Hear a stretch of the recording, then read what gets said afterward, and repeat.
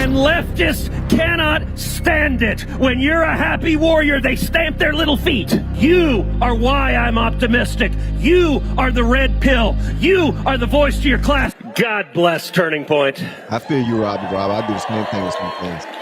Bro, I'm from Detroit. I just like saying it. All right, the fellow here reminded me last time I was here. That's pretty good.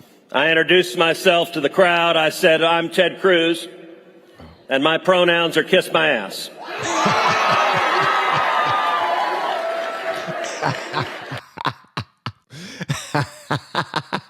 All right.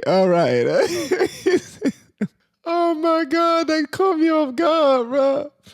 Oh, that caught me off guard. Hey, that caught me off guard, man. I don't know what to say. That kind of caught me off guard. And I got to say, it was pretty wild because after I did that, Roseanne Barr, who was here, she put on a comedy special. And she stood up on TV and she said, I'm Roseanne Barr and my pronouns are kiss my ass.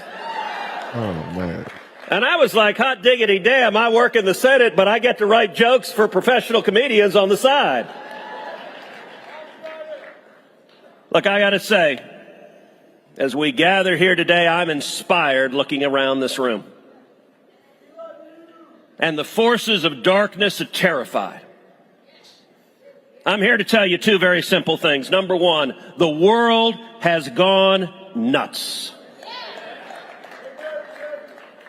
Look, we have John Fetterman paying George Santos to tell Bob Menendez to leave the Senate. That's real. By the way, I did observe DeMarco Rubio. I said, listen, I'm really glad that the two of us are 2/3 of the Cuban-American caucus. We're the 2/3 that haven't been indicted.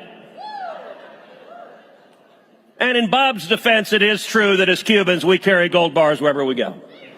Listen, we have a president of the United States who his team carries extra pairs of pants with him when he travels in case he has poopy pants. I want you to pause and think how the enemies of America are feeling. Depends. I got that one. All right. That was pretty good. Oh, depends. Poopy pants. Okay. No adult Pampers. All right. I don't have to explain it. Yeah, I get it. We have Democrat staffers in Senate hearing rooms practicing wrestling. By the way, I got to say, Eric Swalwell looked over and said, why didn't I think of that? And listen, we have the president of Harvard. Holy crap. Who is a black woman. Dr. Gay. She is an African-American studies professor. And her name is Gay. Yep. She could literally stand in front of Congress and say, I Jews, and nothing would happen. Absolutely nothing. Oh, wait a second, she did. Look, the world has gone nuts. But I want to tell you also there's an encouragement that when the world has gone nuts, people are ready to open their eyes. I told you that I feel inspired. I feel inspired because you are the red pill.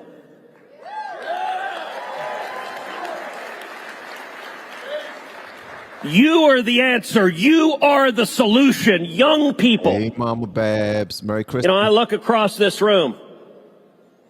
There's a reason the left fears you. You know, some of y'all know my dad, Rafael Cruz. He was born, he grew up in Cuba, and as a teenager, when he was 14, my dad began fighting in the Cuban Revolution. And my father was imprisoned. He was tortured in Cuba as a teenager. He fled Cuba in 1957. He came to America. He came to Texas. He had nothing. Had $100 in his underwear. By the way, don't carry money in your underwear. That's kind of nasty. He got a job washing dishes, making 50 cents an hour. and he worked full time. He paid his way through school. The interesting thing that my father told me about the Cuban Revolution is it was all people like him. It was all 14 and 15-year-old boys who didn't know any better. And one thing to understand, Marxists always start with young people.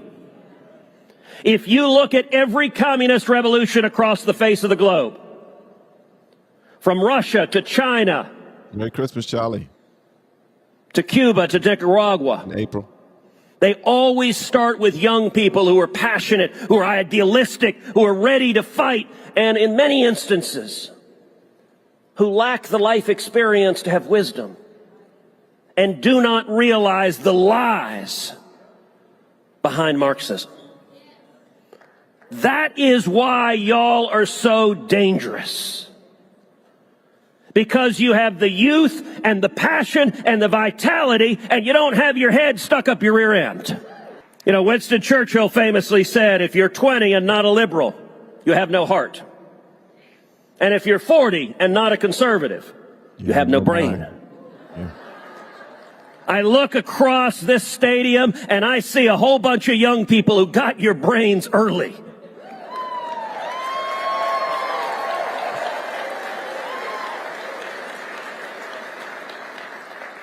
So I want to talk to you today about how we defeat cultural Marxism.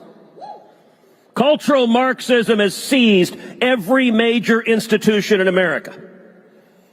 It has seized universities. It has seized K through 12. It seized journalism and government and big business and big tech and entertainment, Hollywood, TV, movies, sports, music, science. Cultural Marxism is everywhere. I want to talk to you today about how we defeat it. There are three tools to defeat cultural Marxism. The first is transparency and sunlight. I want you to understand the ideas of the radical left, they are wildly unpopular. They don't make any sense. Normal, rational people don't think abolishing the police is a good idea. Normal, rational people don't think open borders and the chaos at our southern border makes any sense. Normal, rational people do not find it difficult to answer the question, what is a woman?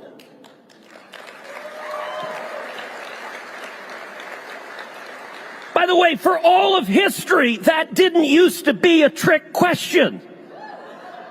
Like, go into any era, go 10 years ago, 50 years ago, 100 years ago, 1,000 years ago, 3,000 years ago. Go walk on the streets of Jerusalem 1,000 years before Christ. Say, excuse me, sir, what is a woman? And I don't care who you stop, they're going to look at you like, what kind of idiot are you? Now, I'm not going to do too much interrupting of this conversation because I want him to get his information out there, how he wants to get it out there. But I will say, as society changes, the society norms change. And right now, even when I have my kids are at a point where, and I totally get it. When I'm having a conversation with my children during the holidays, we're playing games and whatnot. And I noticed that they have a bit of maturity that obviously I'm proud of, and they have an understanding of the world that I didn't even know they had. But with understanding comes their empathy for these new causes and new movements are real. It doesn't mean that they give in to them, but it does mean that they will entertain it a lot more than you and I will entertain it. The young people will entertain it a lot faster because they are in it. They are in the thick of it, in the thick of the movements. So, for instance, it doesn't take a whole, it's not a stretch for them to say, well, if they want to be called a woman and they're doing all of these things to be, to be a woman, and they believe that they are and all this other stuff, then I'll call them that. I mean, it doesn't hurt me to call them that. But then me being the man I am, I'm like, no, not happening. It's just not happening. Unless you go through the whole thing and you completely trick me. If I know that you are a man before our conversation, sorry, you're going to get what you get. And I mean it I'm not trying to slight you. I'm not trying to disrespect you.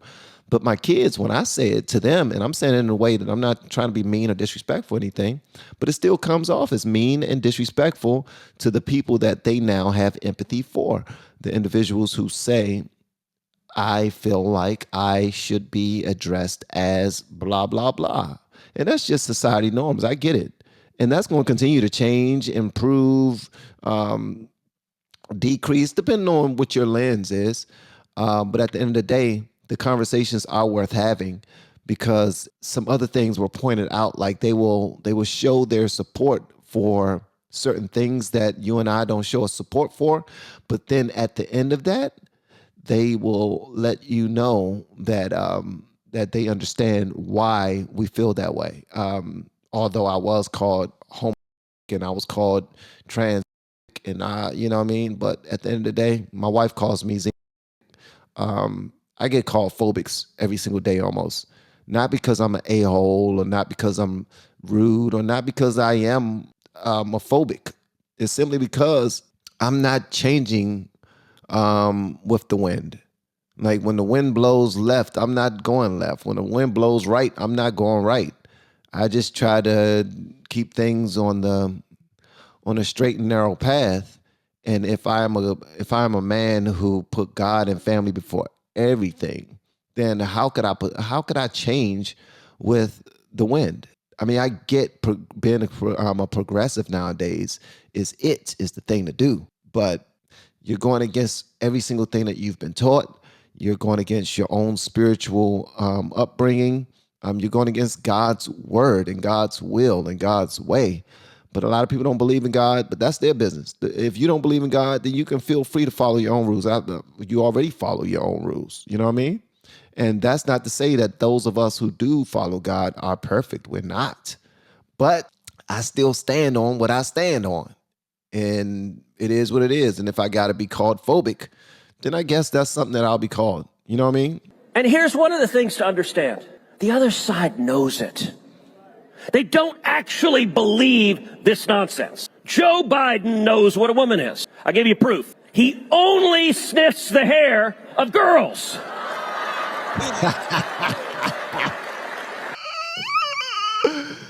That is so true, man. I just now posted a video on Instagram, and it was the most cringiest video I ever seen in my life. And it was of Joe Biden. And there was people jumping inside of the comments trying to take up for, well, the orange man be grabbing women by the vagina. Yes. Even if he's grabbing women by the vagina, he is grabbing women by the vagina, not girls. He's not sniffing and caressing and stroking their cheeks and trying to force them to give him hugs and force them to give him a kiss right here. Give me that's like it was an old school TV show where the host of the TV show, you guys know it. I don't know the name of the show because I didn't watch it. It was a host of a TV show that every single woman that came on his show had to kiss him in the mouth. He's like, come on. You know what to do. Come on. Okay, come on. You too. Come on. All right, you too. And Joe Biden, for some strange reason, whenever he sees a kid, a girl, oh my gracious, it's like, I don't know what to do. I don't know what to do. The dude is nuts, bruh, and I don't understand. Oh my gracious, he needs some help, man. Somebody pray for Joe Biden. Father God, in the name of Jesus, we come to you as humble as we know how, Lord. First, we want to say thank you, but we want also for you to help Joe Biden because the dude got a problem, man. He knows what girls are. He definitely do. Not once has he walked behind a dude and sniffed his hair. He can figure it out. And I'll tell you right now, I am absolutely certain Bill Clinton knows what a woman is. And any of y'all who are women, my advice is don't be alone in a room with him. They know it's nonsense. Look, how many of y'all remember during ridiculous rules that these idiots put upon us? Masks. By the way, I flew last night from Texas to Phoenix. There were still morons wearing masks. And I actually appreciate it. I'm like, oh, you a crazy person.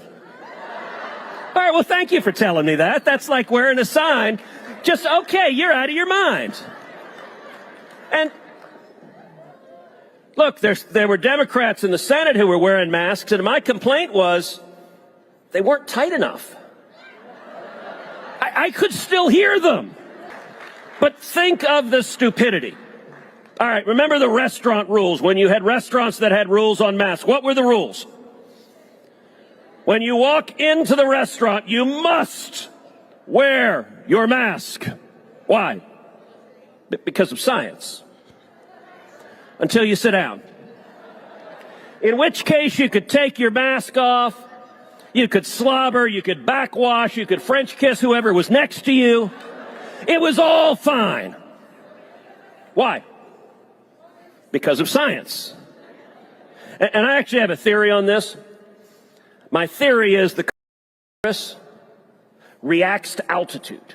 At 6 feet, it is deadly. At 3 feet, it is healthy and a tonic for the bones. By the way, that's how come Fauci was safe. He's only 5 feet tall. Allegedly. All of these claims are Ted Cruz's and Ted Cruz's alone. All right? Everything he said is alleged. I have to say that, guys. It sucks that I got to say it, but I got to say it. Sorry. But my point is, everybody knew this was nonsense.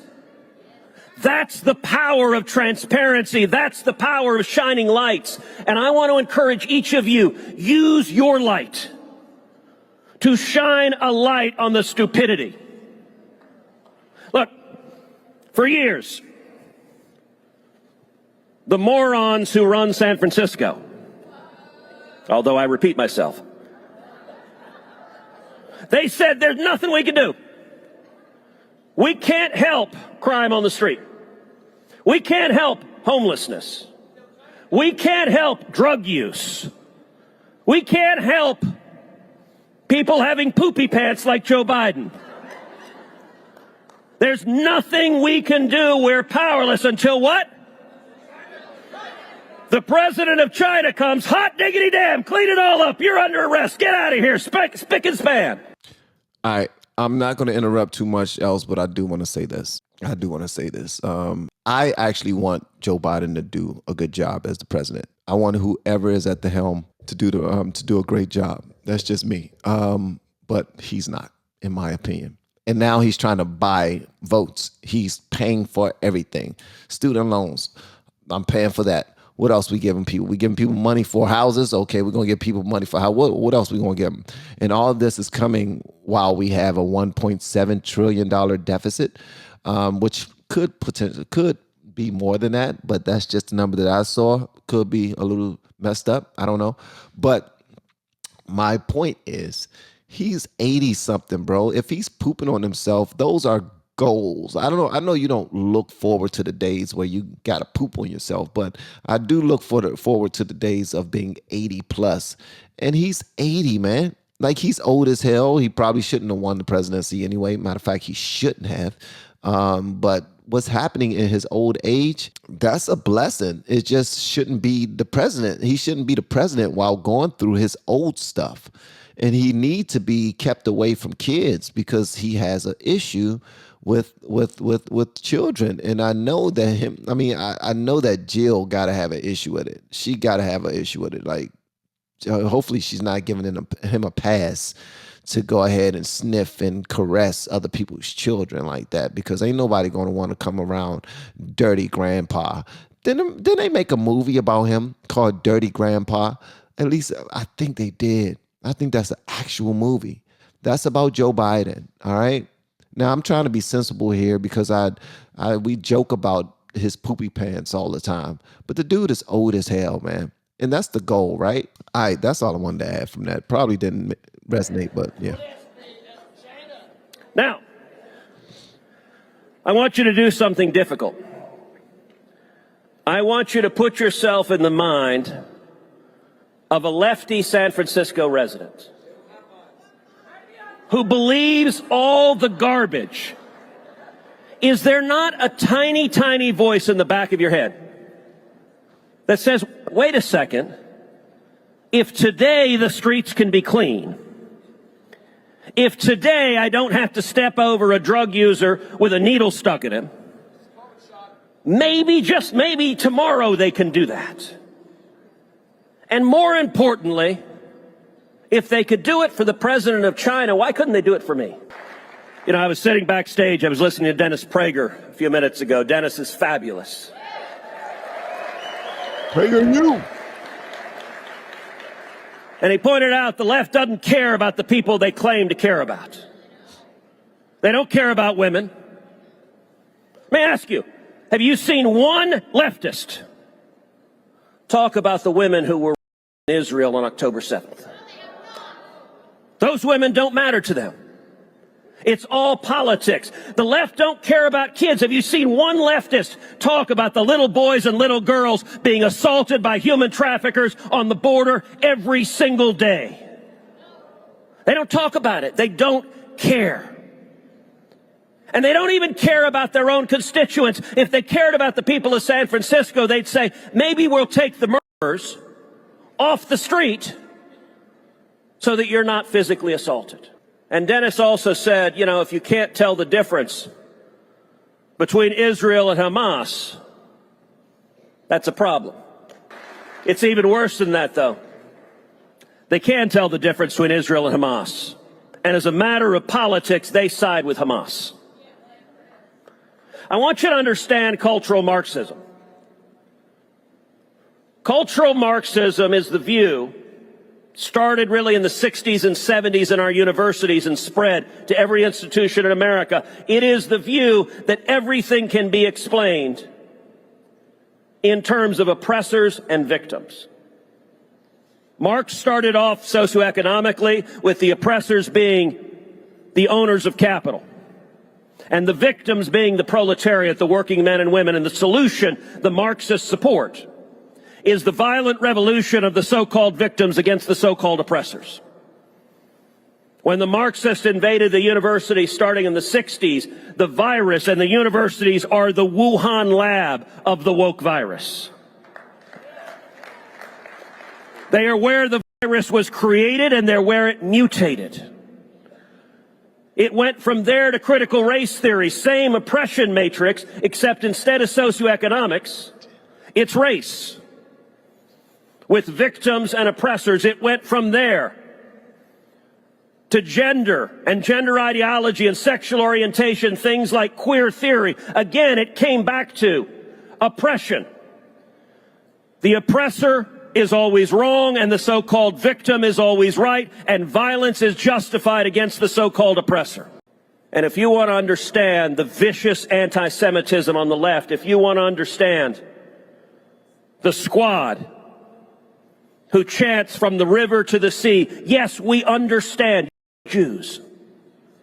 It's not complicated. We got your message.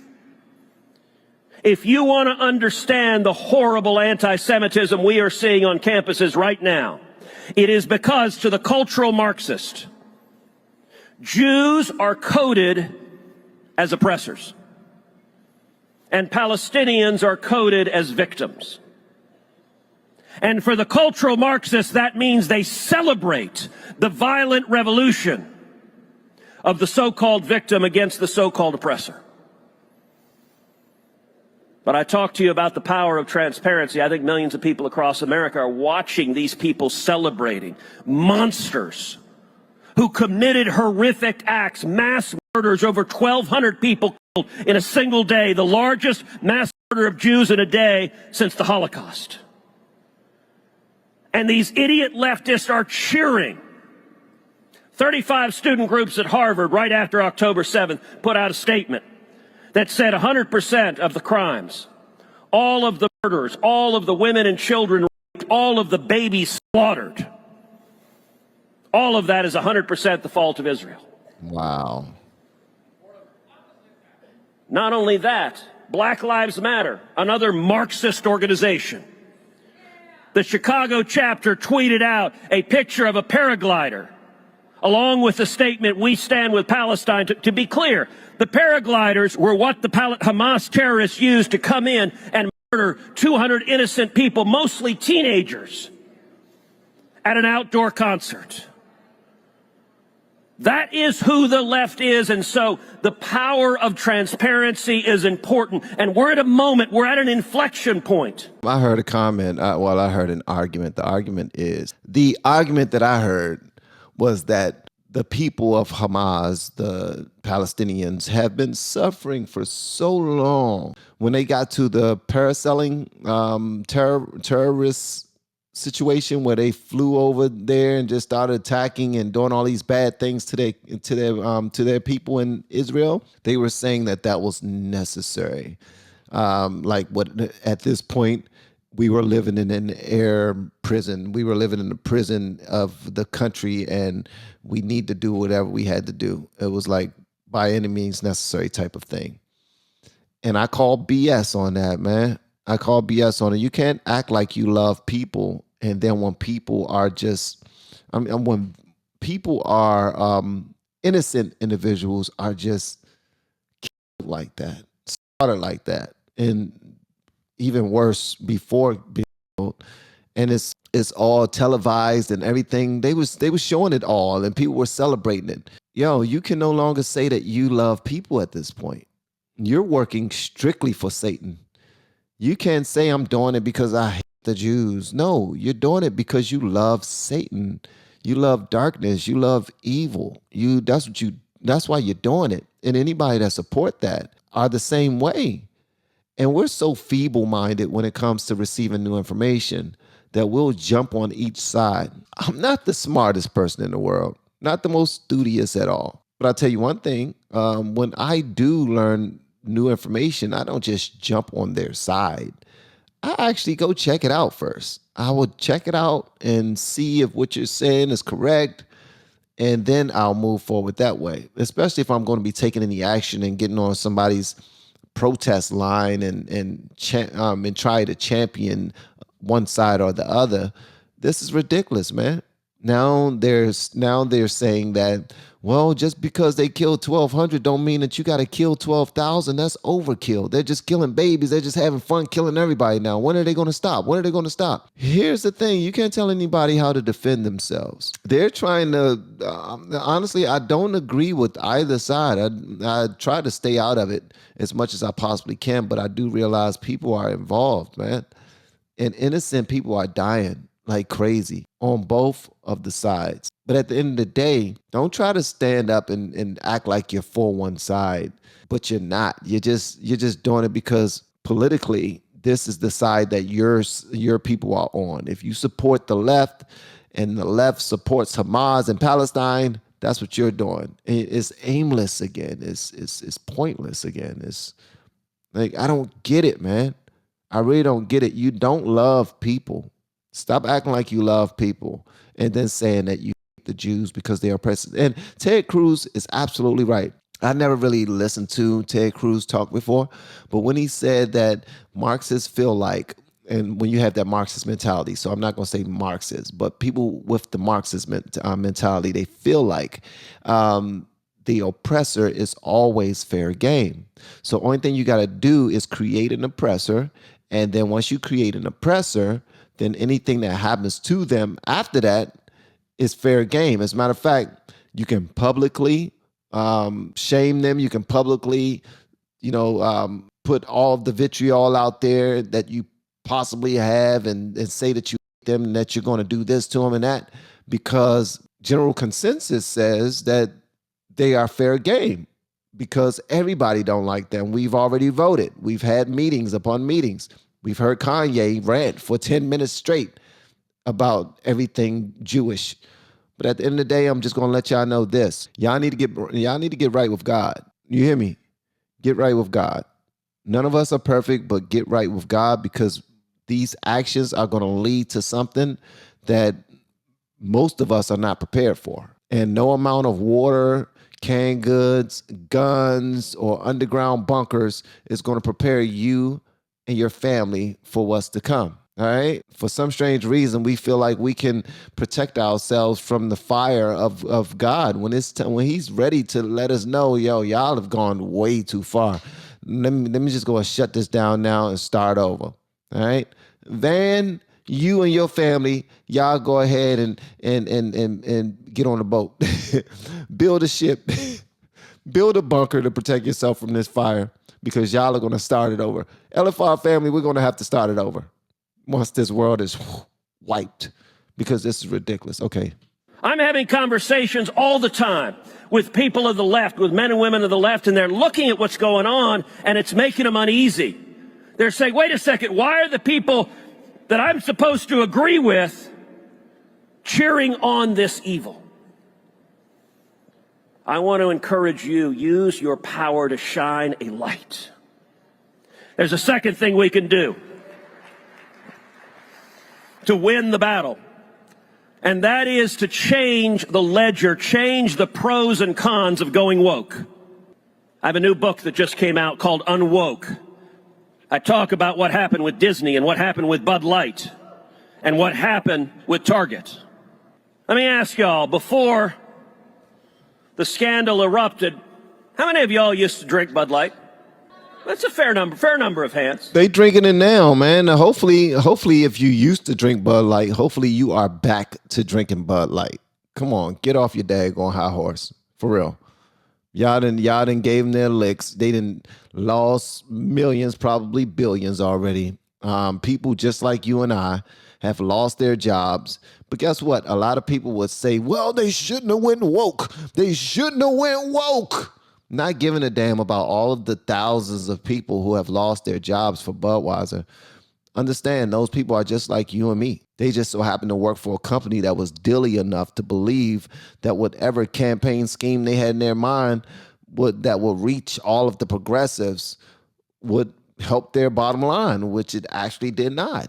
But I'm preaching to the choir. Y'all already know, man. Go get y'all some damn Bud Light. Stop playing games. Y'all heard what Kid Rock said. Kid Rock said, man, we gave them their licks already. We chastised them. As long as they don't do this mess again and they understand and they get back to appeasing their actual customer base, their actual support group, the people who provide them with the monies they need to pay all their employees, which are us, we good. We are good, man. I'm sorry. Let me get off my hot light. How many of y'all drink Bud Light now? There's not a hand in the room. All right. It is amazing. I agree with Robbie Rob. Had a bunch of woke executives who looked down on their customers and said, you guys are a bunch of ignorant rubes. We don't like you. We don't respect you. We're going to condescend to you. We're going to jam our politics down your throat, and you're going to shut up and like it. And Kid Rock set up a stack of cases and started firing some rounds into it. And they lost tens of billions of dollars. Target lost tens of billions of dollars. Man, that's a lot of money. Disney, it is so bad they just have to put in their recent stock statements with the SEC a warning to investors. Our politics are so bad, our customers hate it, and we've lost billions, and we're going to probably continue losing billions because we care about our politics more than making money.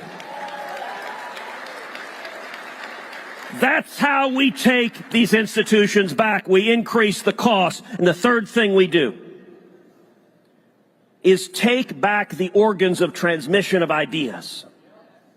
Now that means a couple of things. It means, number one, if you're young, create a new outlet. Create Turning Point. Grow Turning Point. Create a YouTube channel. Get online and create social media. Use humor, use comedy. You can connect with young people. better than every politician in Washington. You have a voice. Look, Elon Musk's buying Twitter was the single most important step for free speech in decades. So there are creative minds here who find a way. Look, your fellow young people don't like prigs, Puritans who want to control their life, exercising control. You know, how many radical leftists does it take to screw in a light bulb? That's not funny! The left is so bad. They're so unhappy. They're so pissed off. And by the way, if you were a liberal woman and you had to sleep with those weenies, you'd be pissed too. So respond with joy. Have fun. Too many Republicans run around like they got a stick inserted somewhere it doesn't belong. Like, just laugh. All right, some of y'all may have seen. There's a meme online. It's a picture of me. It says, "This man ate my son." I saw it. I retweeted it.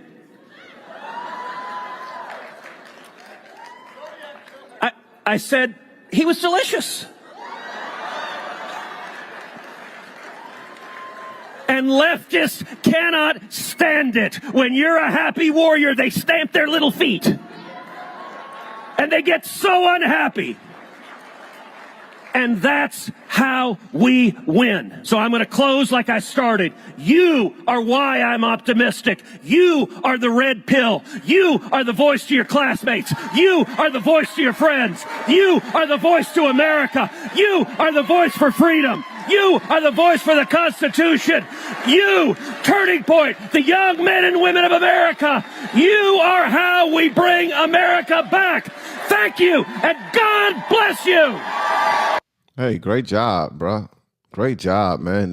He did a damn good job with that joint. If you're learning, if you want to grow online, start your YouTube channel in 2024, and you need yourself some guidance, and you don't know how to move forward, or you want somebody who can actually get it done for you, hit me up with the word coach. Okay. And shout out to everybody that has been hit me up. It's been fun so far. And big shout out to one of my clients who started her channel from scratch on November 8th. She posted her first video on November 28th. November 28th of 2023, she posted her first video. And today she's at 1.8 thousand subscribers, over 70,000 views, and already have 4-point-something thousand watch hours on her channel.